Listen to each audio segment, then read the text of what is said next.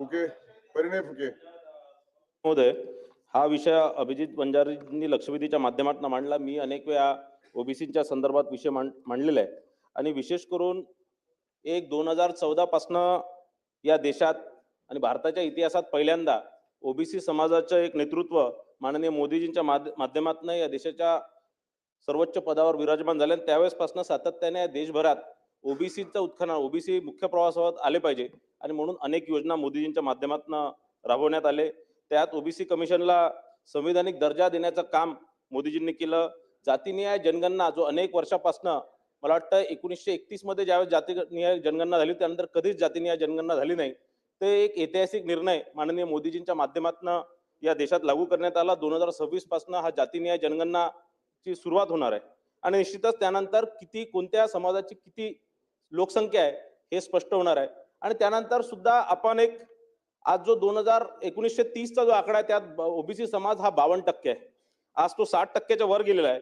पण माझा या माध्यमातून विनंती आहे की आपण ओबीसी समाजांसाठी जे जे आपण योजना आणतात तिथे त्यांच्या जातीनिहाय त्यांची लोकसंख्या प्रमाणात त्या निधीचं वितरित करणं झालं पाहिजे. जसं अनुसूचित जातींसाठी त्यांच्या टक्केवारीनुसार, अनुसूचित जमातीसाठी त्यांच्या टक्केवारीनुसार, तसंच ओबीसी समाजासाठी त्यांच्या टक्केनुसार निधीचं वितरित झालं गेलं पाहिजे.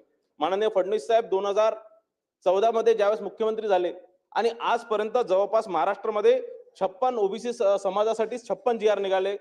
त्यापैकी 52 जी आर हे फडणवीस साहेबांनी काढलेले आणि याच्याकरता मी त्यांचा आभार सुद्धा मानतो.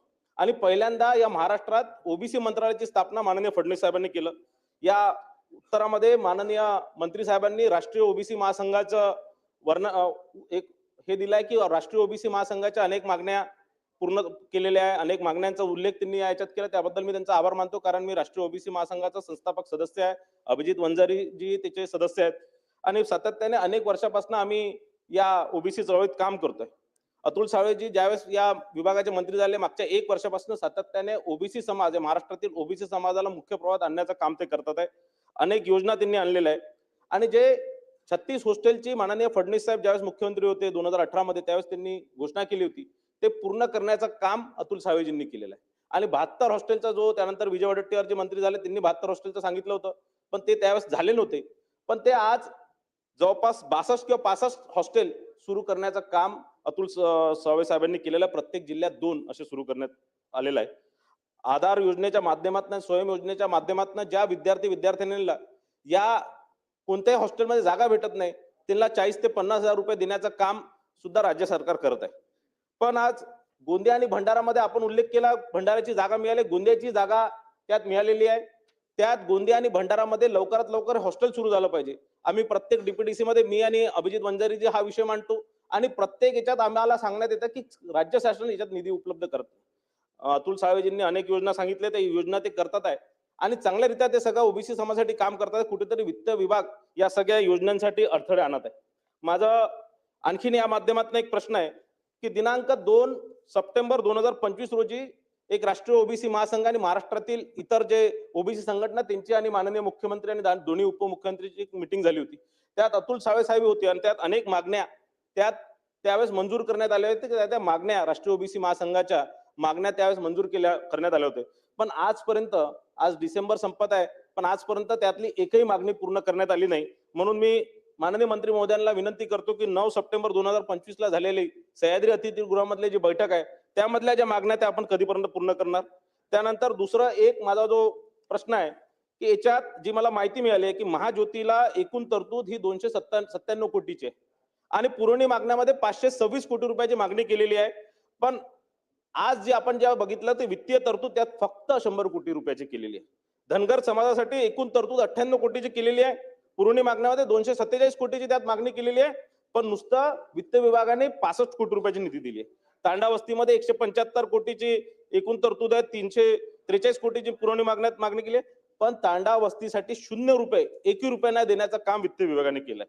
परदेशी स्कॉलरशिपचं शिष्यवृत्तीचं जो काम आहे त्यात 2691 कोटीची मागणी केली आहे.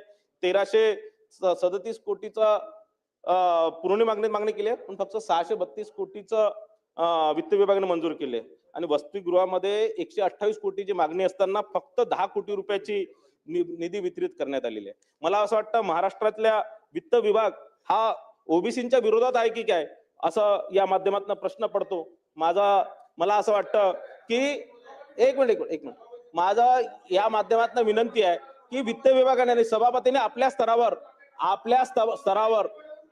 हा काढून घे. विक्रम काळे.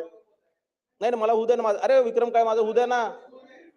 नाही सभापती महोदय कामकाजातून काढलं पाहिजे. आता आपण सगळे महायुतीमध्ये काम करतोय आणि आपल्या सरकारच्या विरोधात आपण बोलतोय किती चुकीचं आहे. हे बरोबर नाही ना. तुमच्याकडून तर यापेक्षा नाही. परिणय फुके साहेब, सभापती महोदय रेकॉर्डवरून काढून टाका. काय असं नाही ना दरेकरजी, असं आम्ही बोललो तर असं नाही ना. आपण हो ना, मग एकमेकाचा आदर राखला पाहिजे ना. तेवढं काढून टाका ना, तेवढं काढून टाका सभापती महोदय. चुकीचं आहे ना, असं नाही ना. सभापती महोदय रुलिंग द्या ना.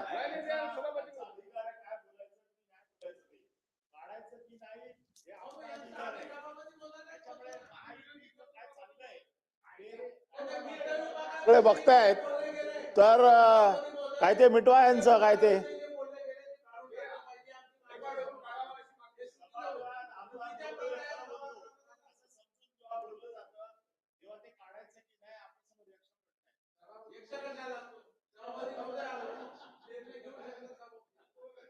प्रवीण दरेकर. साहेब, आपण काही या ठिकाणी तेल टाकू नका. आमची महायुती भक्कम राहणार आहे, काही काळजी करू नका. आता त्याचा उद्देश त्यांना त्यांचा अधिकार आहे मांडायचा. महायुतीत असल्या कारणानं त्यांचं म्हणणं आहे की अर्थ खात्यावर त्या ठिकाणी बोलू नये. तर त्यांचा उद्देश फाईल जर थांबली असेल तर त्याचा त्यांनी वस्तुस्थिती मांडलेली आहे, का त्यांनी टीका केलेली नाहीये. तर मला वाटतं याच्यामुळे काही असं वातावरण व्हायचं कारण नाहीये. ठीक आहे, आता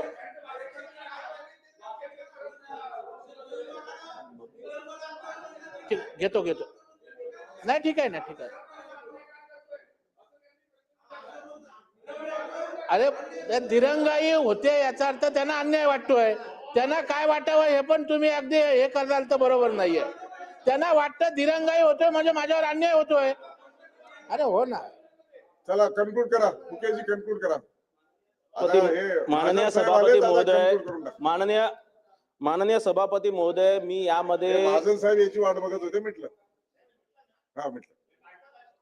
नाही मिटलं. परब साहेब 2 मिनिटं. माननीय सभापती महोदय, मी यामध्ये कुठेही अजितदादांबद्दल किंवा मंत्र्यांबद्दल किंवा उपमुख्यमंत्र्यांबद्दल एकही शब्द वापरला नाही. आता मी हा जो विषय आहे हा विभागाबद्दल बोललो, विभागाच्या अधिकाऱ्यांबद्दल बोललो, सचिवाच्या स्तरावर निधी जी थांबले त्याच्याबद्दल बोललोय. फुके साहेब, म्हणून मला असं वाटतं की अभिजित वंजारी आणि आपण दोघांनाही भाषण केलंय, माननीय मुख्यमंत्र्यांनी उत्तर दिलंय आणि विस्तृत स्वरूपामध्ये माननीय संबंधित खात्याचे मंत्री सावे साहेबांनी देखील दिले. मला वाटतं आता कन्क्लूड करू. आपल्याकडे बिझनेस मोठा आहे. अर्धा मिनिट एकच मिनिट. आता हे मला डिस्टर्ब करतात आहे. नाही, तुम्ही डिस्टर्ब होऊ नका, तुम्ही पुढे चला. आता माझा फक्त आपल्या सभापती महोदय, मला फक्त आपल्या माध्यमातून आपण सरकारला निर्देश द्या की ओबीसींच्या हक्काचे जे पैसे आहेत आणि जी मागणी या विभागाच्या माध्यमातून ओबीसी समाजाच्या उत्खननासाठी झाले आहे ते पूर्ण निधी ते सरकारने वितरित केली पाहिजे, ते त्या विभागाने वितरित केली पाहिजे, हे आपण आपल्या स्तरावर निर्देश द्या. त्यानंतर 2 सप्टेंबर 2025 ला जो GR काढला तो GR रद्द करण्याचा किंवा त्यामध्ये जे सरसकट ओबीसी समाजाला म्हणजे मराठा समाजाला ओबीसी समाजाचे सर्टिफिकेट देण्याचे किंवा कुणबी समाजाचे सर्टिफिकेट देण्याच्या संदर्भात 9 सप्टेंबर 2025च्या मीटिंग मध्ये ठरलं होतं. त्याच्यातही कोणता निर्णय अद्याप आतापर्यंत झालेला नाहीये. माझं या माध्यमातून मंत्री महोदयांना विनंती आहे की ज्या आमच्या मागण्या आहे ते पूर्ण आपण करावे आणि या संदर्भातलं आश्वासन आज या सभागृहात आपण द्यावं. माननीय मंत्री महोदय. सभापती महोदय, आता कन्क्लूड करू. खूप विस्तृत चर्चा झाली. सन्मान्य सदस्य प्रणव फुके साहेबांनी जो विषय मांडला त्यात मी आपल्याला सांगतो की प्रलंबित निधीबाबत पाठपुरावा करून त्या सर्व निधी मंजूर करण्याकरता आम्ही पूर्णपणे प्रयत्न करू. आणि त्यामध्ये जे आता त्यांनी आरक्षणाबद्दलचा विषय केला तो नक्कीच महसूल मंत्र्यांबरोबर चर्चा करून त्यामध्ये नक्कीच अंमलबजावणी करण्याचा आम्ही प्रयत्न करू.